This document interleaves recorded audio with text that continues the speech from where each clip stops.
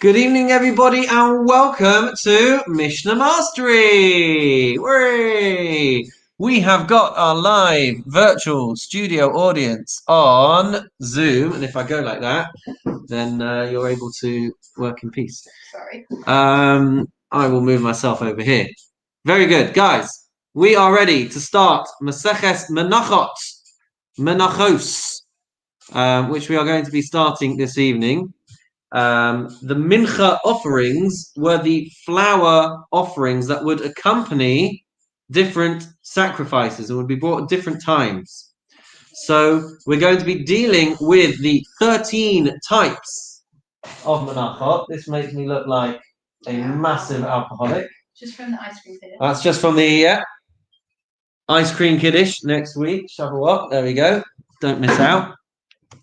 So we're going to be dealing with the 13 types of menachos, 5 of which are voluntary menachos, 8 of which are obligatory menachos. The first few prakim we're going to be dealing with, much as we did with Masechet Zvachim, we are going to be dealing with the potential to invalidate a mincha with different wrong thoughts, which if you recall, we've got Shelo Lishma, doing something for the wrong designated name.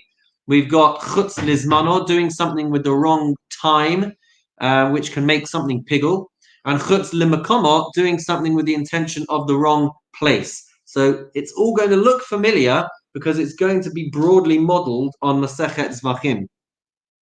If you remember with sacrifices, there were 4 processes through which you can invalidate a sacrifice. There was the shchita, the slaughter. There was the one second, why? I'm only seeing Adrian. I need to spotlight myself. I don't know why I can't be spotlighted. Somehow Adrian has got the full window. I don't know. So I don't know why that is. I can't seem to spotlight myself. You can see me? Brilliant. I've got Adrian. Now I've got you. Okay. So if you remember, there was slaughtering. There was collecting the blood, there was transporting the blood, and there was sprinkling the blood. Those were the 4 services that you could invalidate the korban with. When it comes to a mincha, there's a parallel. There's Kamitsa, which is the fistful of flour and oil, and sometimes frankincense, which is the equivalent of shchita. There was the natina, there was putting the kamitsa into a vessel. There was transporting it, halicha, transporting it to the altar, and then haktara, burning the kamitsa, burning that fistful on the mizbeach. So those are going to be our 4 services through which you can invalidate a mincha. Generally, all of the instances where you have a mincha, they could be invalidated with the wrong thought, shelo lishma, but you could still continue the process. The exception to that is with a chatas. If it was a korban chatas through which you had invalidated the mincha, you wouldn't be able to continue with the practice at all. But there are 2 menachos, 2 types, where it will invalidate the korban, the sacrifice, if you have the wrong intention. So for a minchas chotei, for a sinner's mincha, where if a person was too poor to bring a chatat, an actual animal sacrifice, then they could bring a mincha instead, and that could be completely invalidated if you had the thought of shelo lishman, having the wrong designated name. And for a person who was accused of being a sota, so they would have to bring they would have to bring a minchas kanaot, I guess a jealousy, envious mincha, and that would have the same level, same din, same halacha as a korban chata. So let's try and enter into this world together of Maseches Menachos, and let's see what we have to say. Thumbs up on the screen if you can see that text with relative clarity. Excellent. So, Perek Aleph, Mishnah Aleph, let's dive right into Maseches Menachos. Says the Mishnah, we are focusing on the process of Kamitsa, but it's going to apply as well to other to the 3 other processes. Says the Mincha, says the Mishnah, Kol hamanachos shenikmatzu shelo lishman. Any mincha where the kohen performs kamitsa, the fistful of flour, and he does that shalol lishman, he has the wrong name in his mind, designation, when he takes the Kamitsa, the Mishnah says ksheros. Fundamentally, it is kosher. You can continue the process.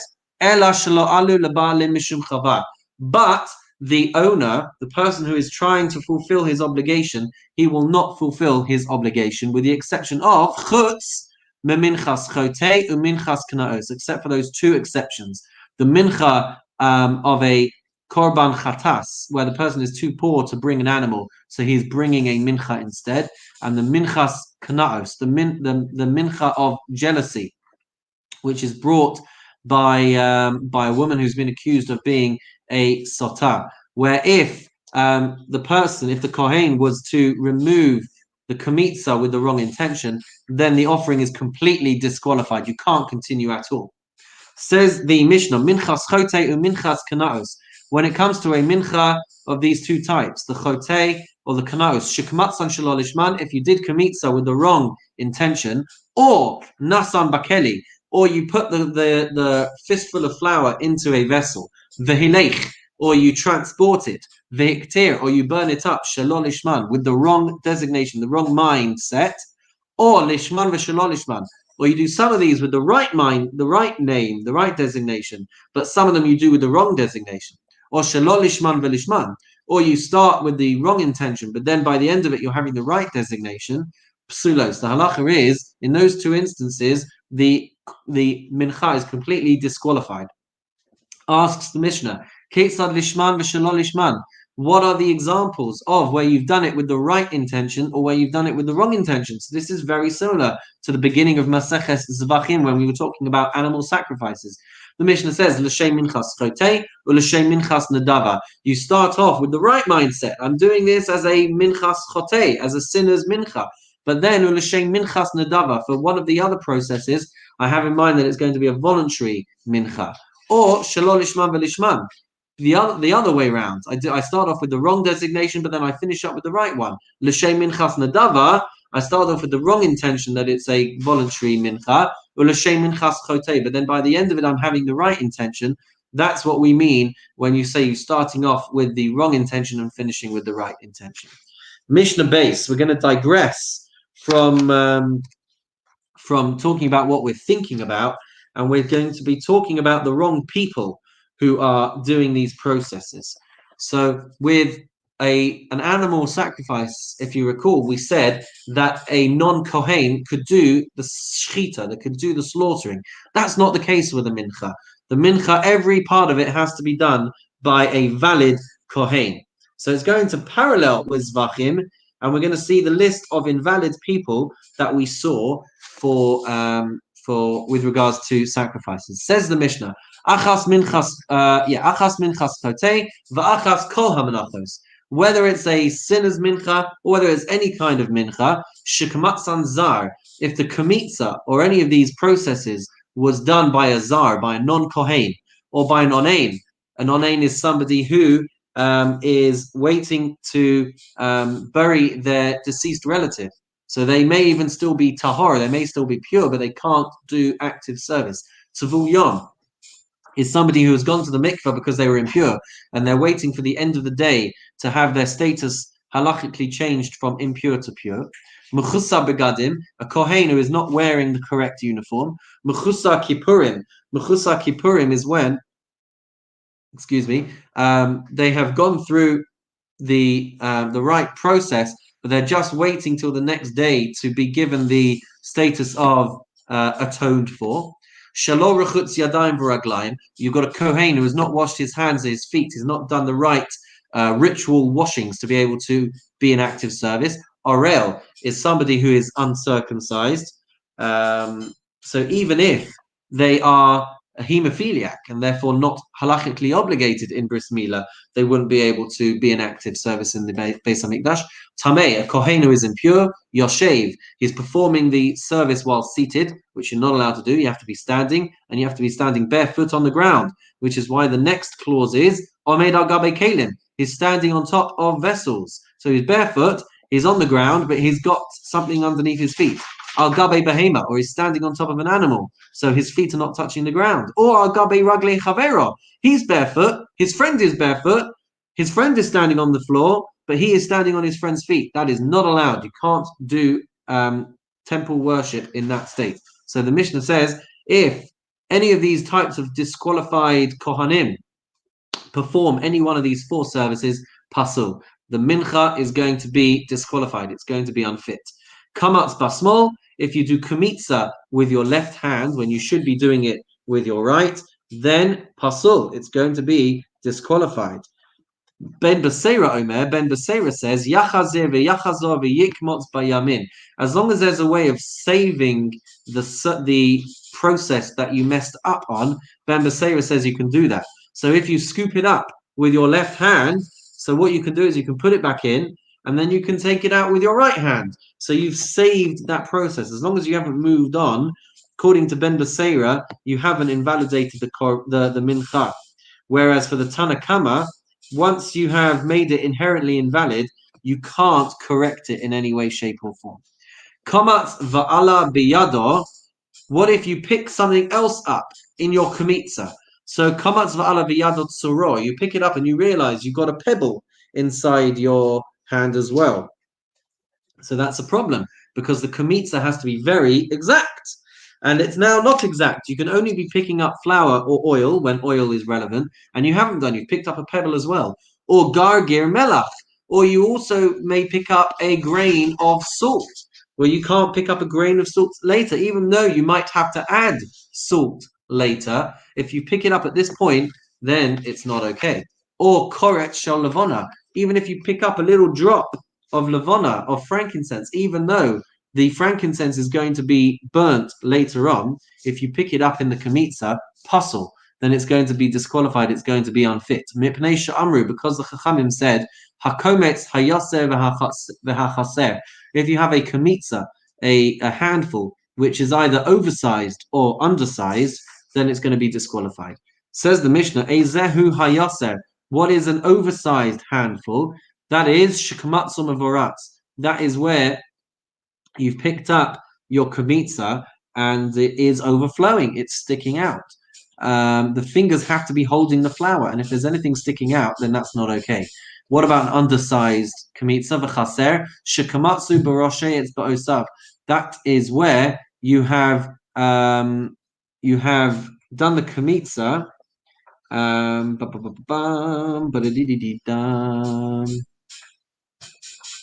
Where you've removed the handful with the tips of your fingers, so you haven't scooped up enough into the palm of your hand.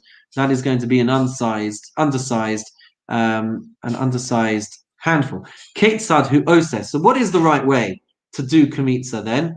Poshet es atzba osav al pas yado.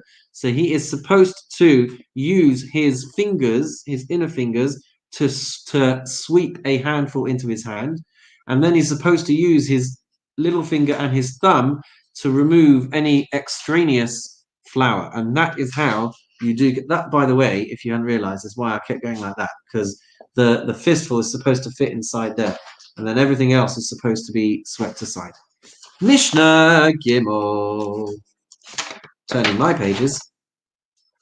There are other things in the structure of the mincha that can invalidate the mincha. It's a long Mishnah, so we'll scoot down to the English over here.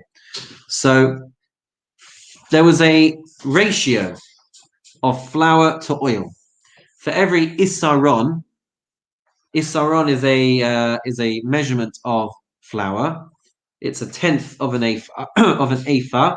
That doesn't really help us very much. I forgot to look at the exact grammage conversion of isarons to grams, but for every isaron of flour there was a log of oil. Log is a volume of oil. So for every isaron of flour there was a log of oil. So the Mishnah says riba shamna. What if you've got too much oil?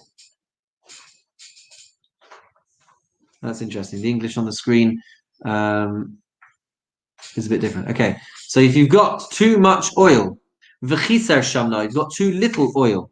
Chiser levonasa, you've got too little levona, you've got too little frankincense, because you also have to put in 2 drops of frankincense. So if you have too little, kasula, you've disqualified it. If you have too much frankincense, a little bit more is not going to invalidate it, but too little will do. Hakometz esa mincha. If you take the kamitsa of the mincha, le'echol shiareha vachutz, and you have the intention to eat the remnants of the mincha. So after you've done the kamitsa and you're left with this flour mixture from which you might make loaves of bread. So what if you have the intention to eat it outside of the Beis Hamikdash? Well, we had a whole thing about this with sacrifices. It's a problem to do something chutz l'makomo. Or kazayis mishiareh vachutz. You have the intention just to eat a little bit, but it's a kazayis, an olive's bulk, and you're going to eat that outside of the Beis Hamikdash. Lahaktir kumtsa bachutz. You're going to burn the kamitsa outside of the azara. Or kazayis mikumtsa bachutz. You're not going to burn all of it. You're just going to burn a kazayis outside of the azara. Or lahaktir levonasa bachutz. Or you're going to burn up the frankincense outside of the azara. Pasul v'yein bokares. The Mishnah says it's disqualified. You won't have a chi of kares. You won't be spiritually cut off if you then go ahead and eat it. So there's two parts to a mincha that would be burnt. There's the kamitsa and there's the frankincense. And if you intend to do either of those burnings outside of the azara, big no-no. But, says the Mishnah, if you intend to eat the remainder of your mincha the following day, that is chutz lizmano, or kazayis mishiareh lamacha, not all of it, just a kazayis. You're going to eat it the following day. Lahaktir kumtsa lamachar, you're going to burn the kamitsa the following day. Or kazayis mikumtsa lamachar, not all of it, just a kazayis you're going to burn the following day. Or lahaktir lavonasa machar, or you intend to burn your frankincense the following day. The Mishnah says, pigul, it is pigul, because you have the intention of doing something outside of his required time. And if the person eats it, they are going to be chayav kares. They're going to be spiritually cut off. Zehaklal. This is the rule. Kol hakomets. Anyone who does kamitsa, v'hanosen bakli, or puts it into the vessel, v'hamahalech, transports it to the altar. To the altar. V'hamaktir, burns it on the altar. Le'echol davar shedarko le'echol. And it's something that you are intending to eat, and it's something which you would ordinarily eat. Or ulahaktir, you have the intention to burn it up, and it's davar shadar kol lahaktir, and it's something that you have the that would usually be burnt up. Chutz limakomo, if you intend to do it in the wrong place, pasul ve'ein bo kares, it's invalidated, but there's no chi of kares. Chutz lizmano, if you intend to do it in the wrong time, pigul v'chayavin alav kares. There's going to be pigul, and you're going to be liable for to be spiritually cut off. Uvilvad sheyikrav hamatir kamitsava. That is as long as the rest of the procedures were done correctly. They were done with the right intentions in mind. Says the Mishnah, Ketzad karev hamatir kamitsava. What then is doing the rest of the process in the appropriate way? Says the Mishnah, Kamatz b'shtika, I take the Kamitsa in silence, with the right intentions. V'natan bakli v'hilech v'iktir chutz lizmano. But then the other processes I do with the intention of the wrong time. Or shekamatz chutz lizmano, I start the process off with the wrong time in my head. V'nosan bakli v'hilech v'hiktir b'shtika. And then for the collection, transporting, or burning, I do that in silence. Or shekamatz v'nosan bakli v'hilech v'hiktir chutz lizmano. I do all of these processes with the wrong time. Zehu shekarev hamatir kamitsava. That is where the permitting factor was all done in the right way, and that is how you can make it pigul, and that is how you can incur your punishment of kares. The final Mishnah of Perek Aleph. We continue. Ketzad lo karev hamatir kamitsava. What then is not completing the processes in the right way? And this should all be very familiar from our opening chapters of Zvachim, when we were talking about animal sacrifices. Komatz chutz limakoma. When I do kamitsa, I have the intention to eat it in the wrong place. V'nosan bakli v'hilech v'hiktir chutz lizmano. And when I put it into my vessel, transport it, burn it, I have the wrong time in mind. So I've got a mixture of two different invalidating mindsets. The point is, though, you won't be pigel for that. Or shekamatz chutz lizmano. I start off chutz lizmano with the wrong time, which should make it pigel, but it's not, because the nosan bakli v'hilech v'hikte chutz limekoma, because I collected it, transported it, or burnt it in with the intention of doing that in the wrong place. Or shekamatz v'nosan bakli v'hilech v'hikte chutz limekoma. I do all of those processes with the wrong place in mind. Or minchas chote or minchas kanaos, in the specific instances of the sinner's mincha or the jealousy mincha, shekamatsan shelo lishman, where I did kamitsa with the wrong name attached to it, v'nosan bakli v'hilech v'hikte chutz lizmanan, and then I went and I had the other processes which I did with the wrong place in mind. Okay, so that's unique to a minchas chote or a minchas kanaos, because doing something with the wrong designation also invalidates it. But the point is, it won't be pigel. Or shekomatz chutz lizmana, or I did my kamitsa with the wrong time, so it should be pigel. But then v'nasan bakli v'hilech v'hikte shelo lishman. But then to collect it, transport it, or burn it, I had the wrong name in mind. Or shekomatz v'nasan bakli v'hilech v'hikte shelo lishman. Or for all of the four processes with those specific two types of mincha, I had the wrong name in my mind. Zehu shelo karev hamate kamitsava. That is what I mean when I say that the rest of the process was not done properly. The permitting factor was not done in accordance with its mitzvah. Says the Mishnah, le'achol kazayis bachutz. I have the intention to eat a kazayis outside in the wrong place, for kazayis l'machar, and an olive's bulk the following day. Kazayis l'machar v'chazayis bachutz, an olive's bulk at the wrong time, and an olive's bulk in the wrong place. Kachatzi zayis bachutz v'chachatzi zayis l'machar. I have a half olive's bulk in the wrong place and a half in the wrong time, or vice versa. Kachatzi zayis l'machar v'chachatzi zayis bachutz. I have the half an olive's bulk in the wrong time and half in the wrong place. The Mishnah says pasul ve'ein bo kares. It's disqualified. It has combined, but there's not going to be a chiyuv kares, nor is it going to be pigel.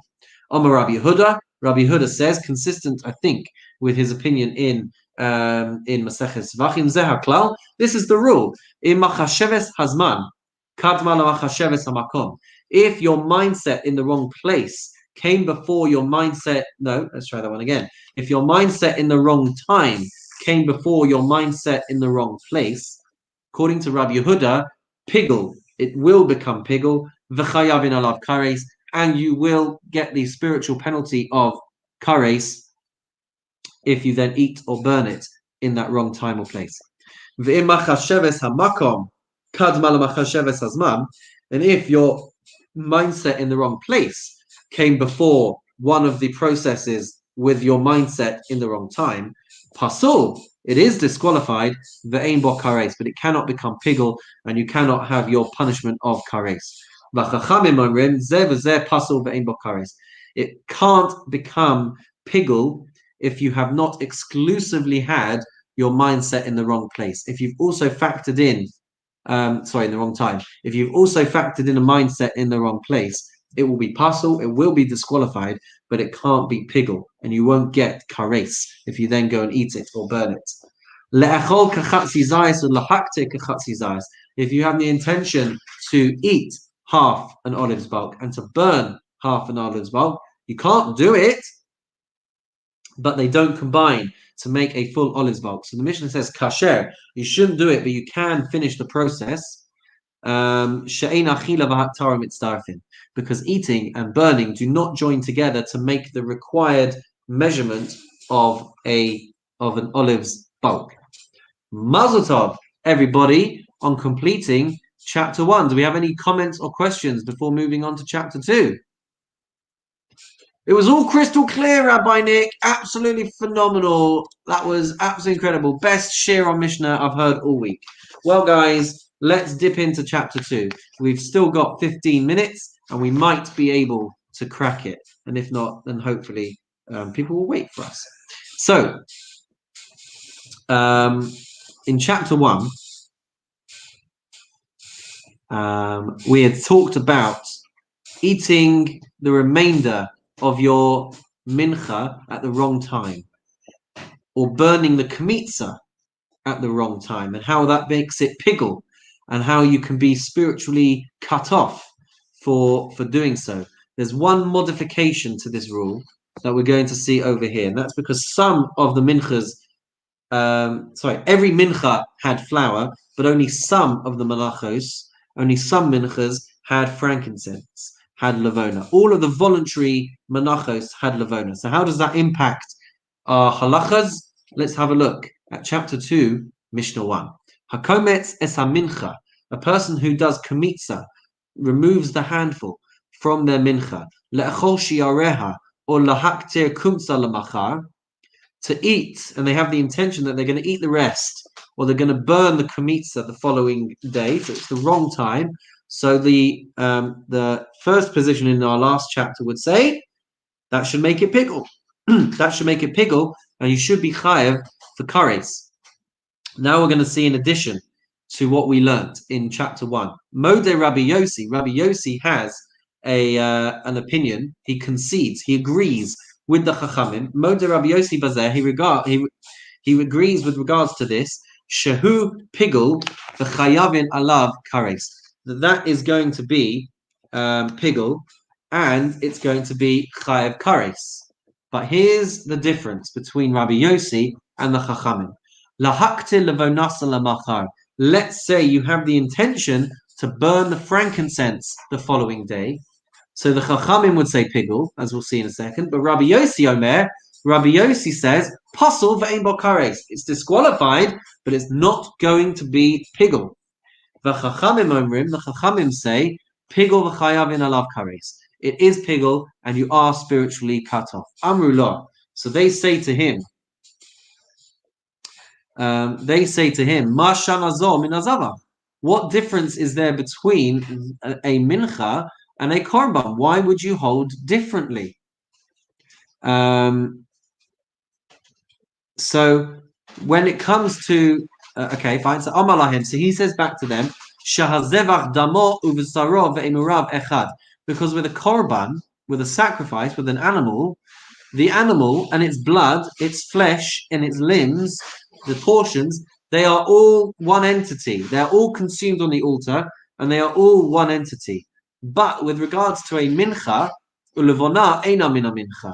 But the frankincense is not part of the entity. The lavona is separate. The frankincense is separate to the mincha, and that is why, according to Rabbi Yossi, he would have a different opinion. So if you had in mind to burn the lavona in the wrong time, it's disqualified, but it's not going to be pigul. What about other components of the mincha? Says the Mishnah in Mishnah base.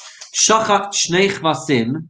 You are sacrificing the 2 lambs. Which 2 lambs are we talking about? We're talking about the 2 lambs on Shavuot, which were sacrificed with the shtei halechem, the 2 loaves of bread. So if you slaughter you're slaughtering these 2 lambs, and you have the intention, as you slaughter these 2 lambs, you have the intention that you're going to eat one of the loaves of bread at the wrong time, the following day. Hiktir shnei v'zichin, or when you're burning the 2 spoonfuls of frankincense, which accompany the 12 loaves of showbreads that were made each week. So you are burning these 2 spoonfuls, and you have the mindset, le'achol echad min hasadarim lamachar. I'm going to eat one of the arrangements, one of the 6, the column of 6 loaves. I'm going to eat that the following day. Rabbi Yossi says, Osa hachala v'osa haseder shechishev alav. So if you are intending to eat it at the wrong day, the loaf from Shavuot, or the 6 breads of the weekly showbread that you have intended to eat at the wrong time, pigul v'chayavin alav kares. They're going to be pigul, and you're going to be chayav kares for having done so, for eating them. But the second one, pasul ve'ein bo kares. The second one, which you haven't had this intention over, that is going to be disqualified, but there's not going to be a chayav kares. V'chachamim omrim zeh v'zeh pigul. It's one entity, and so if you make one pigul, you are going to make the other one pigul as well. The chayav and alav kares, and you will have the punishment of spiritual excision. Nitmes achas minachalos. If you impurify, if you contaminate one of the loaves, or echad minasadarim, or one of the columns, stacks of 6 breads. Rabbi Yehuda says, Shneihem yetzu lebeis hasreifa. Then they both, everything has to be taken out for burning, because a public korban is not going to be divided up if it became tamei before you can eat it. She'ein korban sibur chaluk, because public korbanos are not divided up. They are treated in that sense as one entity. If one part gets disqualified, gets contaminated, then the other part is disqualified. That which is impure is going to be impure, and that which is tameh is tahor. That which is pure is still going to be tahor. We move on, therefore, to Mishnah Gimel, getting into some of the specifics of some of the different types of sacrifices. We start with a korban todah, the thanksgiving offering, which is a type of shlamim, and the time frame for getting through your korban todah and the accompanying loaves. You have 1 day and 1 night. So you have the day to eat it and you have the night time as well. So you have your korban, the korban todah, but you would also have 40 loaves of bread, uah, that would come with the korban todah. 40 loaves of bread. So the Mishnah says, "Hatodah mefageles es halechem." The animal offering of the korban todah, if you were to sacrifice it or do one of the 4 processes with the wrong time in mind, and you would make it pigul. So if you make the animal pigul, mefageles es halechem, it's going to make the lechem pigul as well. But that doesn't work vice versa. V'halechem eino mefageles hatodah. But when you're processing the mincha, if you make it pigul, it's not going to make the animal pigul as well. Ketzad, how does this work? If you sacrifice your todah, your thanksgiving offering, with the intention to eat it the following day, this isn't different to what we said in Zavachin. It's the same halacha, but we hadn't talked about the mincha before. Now we're talking about the mincha as well. So the animal becomes pigul, but so does the bread. If you have the intention to eat the bread the following day, halechem mefugal, the bread becomes pigul. The animal itself does not become pigul. What about the lambs of Shavuot, which accompany the shtei halechem? Hakvasim mefaglin es halechem. The lambs of Shavuot can make the bread, the 2 loaves of bread, pigul. V'halechem eino mefagel es hakvasim. But the bread will not make the lambs pigul. Ketzad, how does this work? If you sacrifice the lambs with the intention of eating them the following day, then the animals and the bread will become pigul. If when you are doing the mincha, you have the intention of eating the bread the following day, then the lechem will become pigul, but the hakvasim einam mefugalim.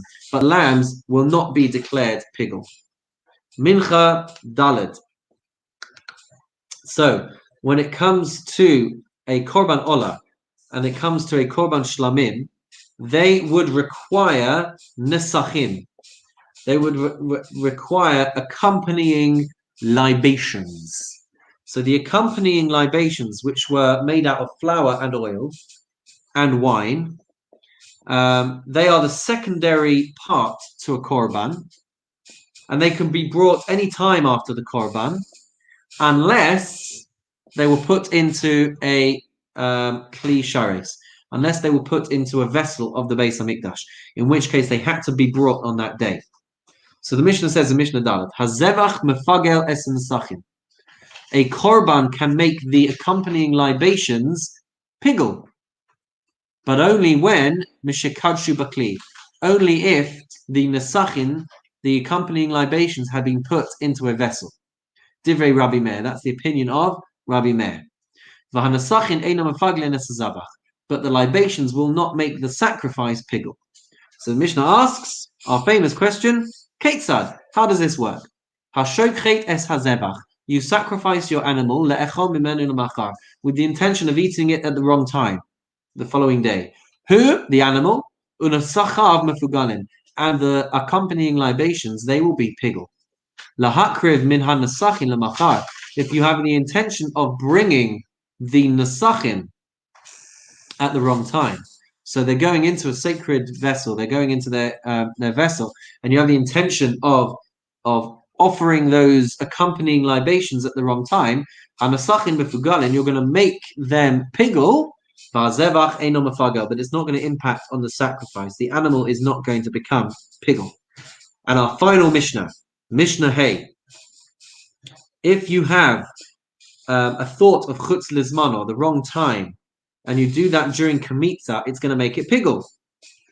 And we're going to be talking about now the burning of the Kamitsa and the burning of the frankincense. Right? So Kamitsa, we said, is only flour and oil, but there's also the process of removing the frankincense. So we're going to see the impact of what happens with the frankincense, having the wrong mindsets and all that kind of thing. So the Mishnah says, Mishnah Hey, pigel b'komets. You make your mincha pigel at the time of Kamitsa, v'lo balavona, but you don't make it pigel with the wrong machshava at the time of the burning of the frankincense. Or balavona v'lo b'komets, or you do it during the burning of the frankincense, but not during the burning of the Kamitsa. So you burned one of them with the intention to eat the remainder at the wrong time. So whether it was at the time of the Kamitsa burning or the time of the frankincense burning, Rabbi Meir Omer, pigul v'chayav in alav kares. Rabbi Meir says, if you had a machshava during either of these processes, you make it pigul and you get your kares punishment. The Chachamim say it's pasul, but ein bo kares. It's not pigul. It's only pigul ad sheyafagel es kol hamatir. It's only pigul if you are making the wrong mindset at the time of Kamitsa, collecting, transporting, burning up, when it comes to the actual flour mixture, but not for the frankincense. Umodim Chachamim le Rabbi Meir. The Chachamim agree with Rabbi Meir. B'minchas chote and b'minchas kanaos. When it comes to those specific sin flour offerings or the jealousy mincha, she'im pigel b'kometz, that if you made it pigel at the time of Kamitsa, shu pigel v'chayav in alav kares, she'akometz hu matir. If you get it wrong at that point, it is going to make it pigel because because the pigel, goodness me, what's going wrong here? 1 second. Someone else signing in, is you? It's because of the thing. So they agree that in the meal offering and of a sinner and the meal offering of jealousy of the sota, that if you had the intention of pigel during the burning of the kamitsa, then the mincha is going to become pigel, and you are going to be chayav kares. And the reason is, why was it? Because the handful was the sole permitting. Oh, that's right. There's no lavona. So if you got it wrong for those two, then it's going to be pigel. Says the Mishnah, Shachat echad min hakvasim le'echol shtei chalos l'machar. If you slaughter one of the lambs with the intention of eating both of the loaves of bread on Shavuot, the following day, hiktir echad min habazichin, you burn up one of the spoonfuls of frankincense for the lechem hapanim, the showbreads, le'echol shnei sedarim l'machar, with the intention of eating all of the loaves of bread the following day. Rabbi Meir Omer, pigul v'chayv and alav kares. Rabbi Meir says it's going to be pigul, and you're going to be liable for kares. Chachamim say, ain't pigul, it's not pigul, ad shifagel es kol hamatir, until you get that process, unless you have the intention of pigul during all of the possible processes. Shachat echad min hakvasim le'echol mimeno lamachar. If you sacrifice one of the lambs with the intention of eating it the following day, Hu figul, then that one is going to be pigul. V'chavero kasher, then the other one is still going to be fit. Le'echol mechavero lemachar, if you have the intention of eating as you sacrifice one of them, you have the intention to eat the other one. So you're not even thinking about that one now as you sacrifice it. So if you have the intention of eating the other lamb the following day, shneim kasherim, they're going to be still fit to process because you can't impact the other one and make it pigul while you're doing the process to that specific animal. And with that, ladies and gentlemen, Mazel Tov on completing chapter 2 of Maseches Menachos. We will pick it up again next week with chapter 3, hopefully chapter 4. But for now, we are going to sign off and wish everyone a wonderful and meaningful night.